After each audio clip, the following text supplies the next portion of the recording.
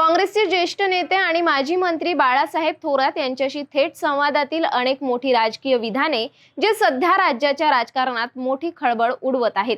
संगीता तिवारींच्या काँग्रेसमधील राजीनाम्यापासून ते छगन भुजबळांच्या मंत्रिपदाच्या शपथविधीवरील प्रतिक्रिया, सरन्यायाधीशांच्या कार्यक्रमात अधिकाऱ्यांच्या अनुपस्थितीवरून व्यक्त केलेली नाराजी, तसेच जय हिंद यात्रेवरून RSS वर साधलेला निशाणा, महाराष्ट्राच्या राजकारणात सध्या काय सुरू आहे याचा खोलात घेतलेला वेध आपल्याला या संवादात पाहायला मिळेल।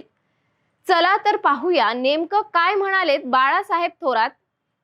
एकेका मुद्द्यावर अत्यंत स्पष्ट, थेट आणि रोखठोक भूमिका त्यांनी मांडली आहे।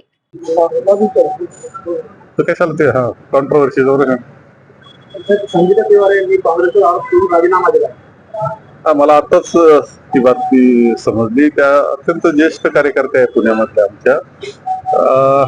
त्यांची काय नाराजी आहे मी आजच आता तपासणार आहे, त्यांच्याशी पाहिजे तो संवाद साधणार आहे। एवढ्या सिनियर लीडर काँग्रेसमध्ये जात आहे। हा झालंय आता ते, परंतु मी त्यांच्याशी बोलणार आहे।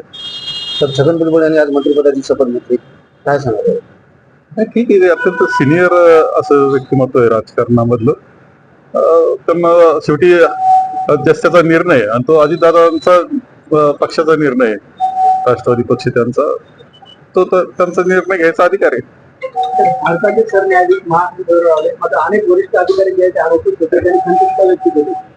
नाही, आता खरं म्हणजे एक अभिमान महाराष्ट्राला असला पाहिजे की आपलं एक व्यक्तिमत्व, इथला भूमिपुत्र, सुपुत्र होणार की जो देशाचा सरन्यायाधीश होतो, ते कौतुक असलं पाहिजे। आणि त्या पलीकडे जाऊन प्रोटोकॉल म्हणून सुद्धा चीफ सेक्रेटरी तिथे हजर असल्या पाहिजे होता। ही वस्तुस्थिती आहे। म्हणजे आम्हाला सुद्धा वाईट वाटलं का आपल्या एका सुपुत्राला एवढा सन्मान मिळालेला आहे। त्याच्या आनंदात खरं म्हणजे प्रोटोकॉल म्हणून तर कायमच गेलं पाहिजे, पण ज्यावेळेस प्रथम येत आहेत तेव्हा असं चौथ्या पाचव्या वेळेच्या असं प्रथम येत आहेत, स्वागताकरता महाराष्ट्र सज्ज झालेला आहे। महाराष्ट्रामध्ये आनंद व्यक्त होतो आहे, पण महाराष्ट्र सरकार एवढं उदासीन का, हे मात्र समजत नाही।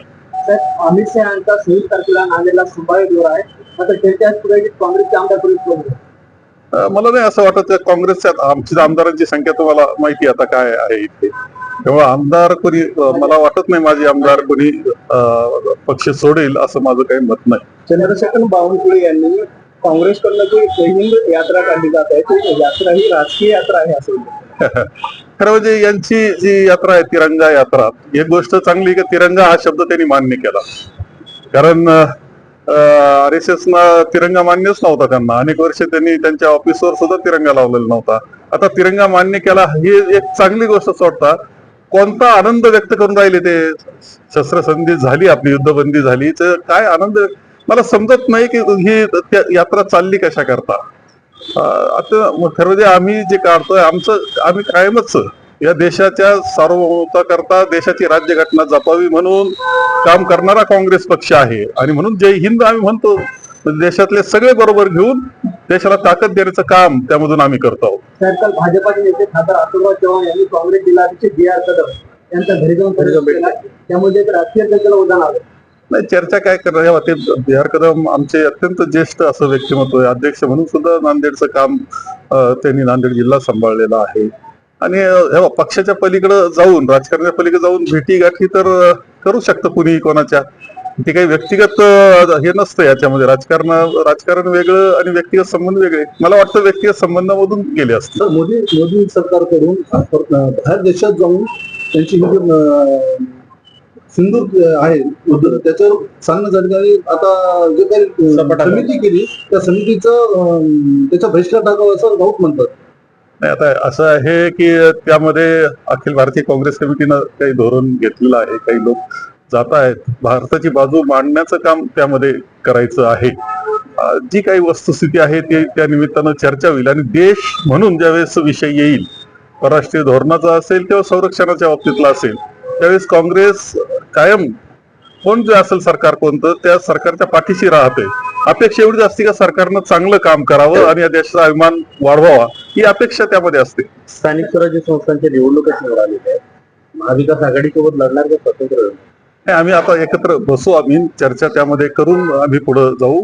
जे जे योग्य पद्धतीनं होऊ शकतं ती प्रत्येक गोष्ट आम्ही करू. काँग्रेस यामध्ये सगळ्यांना बरोबर घेण्याचा, समविचारी सर्वांना बरोबर घेण्याचा, भारतीय जनता पक्ष किंवा महायुतीच्या विरोधामध्ये ताकद उभ्या करण्याकरता बरोबर घेण्याची पद्धत तर आमची आहेच आहे. त्या पद्धतीने आम्ही पुढे जाऊ. ते बीडचे पालकमंत्री सुद्धा अजित पवार आहे, मात्र त्या पद्धतीने महाराणीच्या घटना पुढे त्यामुळे काय होतं, कायदा नाही का, बीडच्या बाबतीत खूपच काळजीच्या गोष्टी वाटतायत. सातत्यानं काही घटना तर दुर्दैवी घडलेल्या आहेत, अत्यंत दुर्दैवी. म्हणजे महाराष्ट्राला ज्याची लाज वाटावी अशा घटना दुर्दैवानं घडतायत आणि ते अजूनही चालू आहे. आणि मग म्हणून आता पालकमंत्र्यांना कदाचित वेळ आहे की नाही तिथे पाहण्याकरता हा प्रश्न निर्माण झालाय. सरकार काय करतं हा मोठा प्रश्न आहे. काळजीच्या गोष्टी आहे की आणि बीडचा संसर्ग हा ना इतर जिल्ह्यात जाऊ अशी काळजी, कारण ज्या पद्धतीचं राजकारण आता सध्या सुरू आहे त्यामुळे असा संसर्ग जर वाढत गेला तर या राज्याचं होणार काय आणि देशाचं होणार काय ही काळजी वाटून जाते. एकीकडे अजित पवार म्हणतात की राष्ट्रवादी काँग्रेसमध्ये गुन्हेगारांना प्रवेश नाही, पण नांदेडमध्ये गँगस्टरला प्रवेश दिला जातो. कालच एका मतदारसंघात प्रवेश दिला. नाही तर आता त्याचं विश्लेषण तुम्ही केलं पाहिजे. मीडिया याच्याकरताच असतो की जे सत्य आहे ते बाहेर आणण्याकरता. जे सत्य असेल ते बाहेर आणा तुम्ही. बाळासाहेब थोरात यांनी कोणताही विषय न टाळता ठाम मत मांडले आहे. मग ते काँग्रेसमधील नाराजीचा विषय असो की राज्य सरकारच्या उदासीनतेवर भाष्य करणारा मुद्दा, जय हिंद यात्रेपासून ते सरन्यायाधीशांच्या सन्मानाचा विषय असो, थोरात यांची प्रत्येक प्रतिक्रिया राज्याच्या राजकीय नकाशावर वेगळा ठसा उमटवणारी आहे. हीच खरी लोकशाही. प्रश्न विचारणं, भूमिका घेणं आणि उत्तर देणं. तुम्हाला ही राजकीय विश्लेषणात्मक बातमी कशी वाटली? खालील कमेंट करून नक्की सांगा. अशाच घडामोडी घेऊन पुन्हा भेटू. तोपर्यंत पाहत राहा सिटी न्यूज.